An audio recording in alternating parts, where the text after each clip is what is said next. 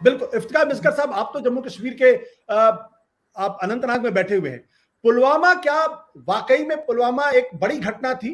और क्या अभी तक कुछ पता चल पाया कि पुलवामा के पीछे कौन लोग थे, क्या कुछ हुआ था?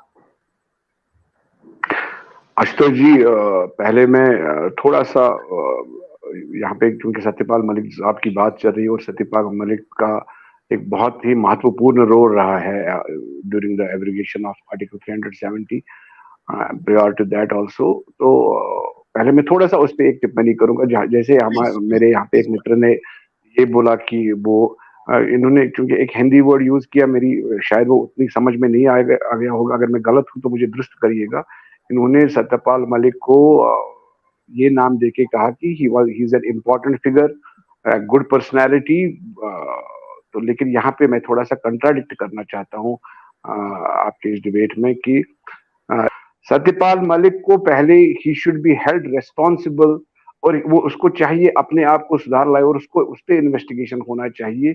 जो वो खुद बोल रहा है कि 370 के टाइम पे मुझे पता नहीं था, फिर वो नहीं था। वो Satyapal Malik as a Kashmiri, as a resident of Jammu and Kashmir, he is a liar. जब वो बंदूक दिखाई गई, रात में एक बंदूक दिखाई गई कि एक इन्फिल्ट्रेशन हुआ है, उस कारण यहाँ पे टूरिस्टों को कहा गया कि आप निकल जाओ, अमरनाथ यात्रा को बंद किया गया, वो झूठ था और सत्यपाल मलिक वो झूठ बोल रहा था। उसके बाद वो बोल रहे हैं कि कॉन्वॉय, देखिए कॉन्वॉय का routine, it is a routine matter, every day matter. BSF, army, CRPF का अप कॉन्वॉय, डाउन कॉन्वॉय हर दिन इस नेशनल हाईवे पे होता है, और इसमें कोई भी आज तक हमने नहीं सुना है कि कॉन्वॉय को एयरलिफ्ट किया जाए और वहां से, और अगर अब है भी तो यूनिफाइड कमांड के चीफ होते हुए as a governor, he is the head of the unified command. उनके ये सारा कुछ उनके कंट्रोल में है।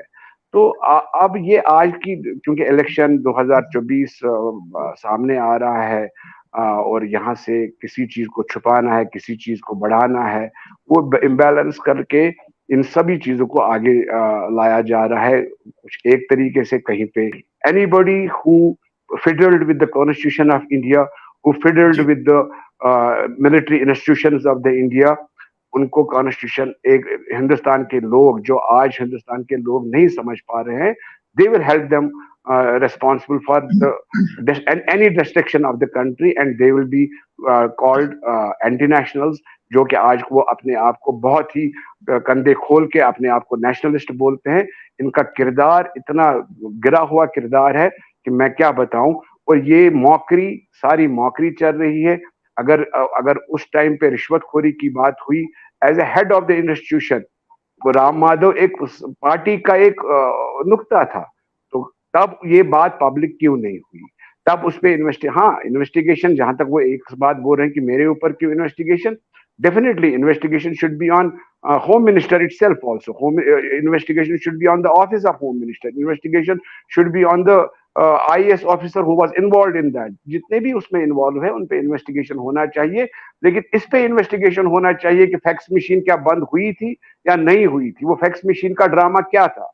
ये एक दुनिया की सबसे बड़ी डेमोक्रेटिक कंट्री में आज 5 साल से एक बड़े स्टेट, महत्वपूर्ण स्टेट में आज पॉपुलर सरकार नहीं है, और उसके जिम्मेदार सत्यपाल मलिक डायरेक्टली और इनडायरेक्टली, या डायरेक्टली ये हमारे प्राइम मिनिस्टर और हमारे होम मिनिस्टर है। तो ये सारी मौकरी चल रही है और इस मौकरी ने इस मुल्क को बहुत पीछे कर दिया है, मुझे इसका अफसोस है।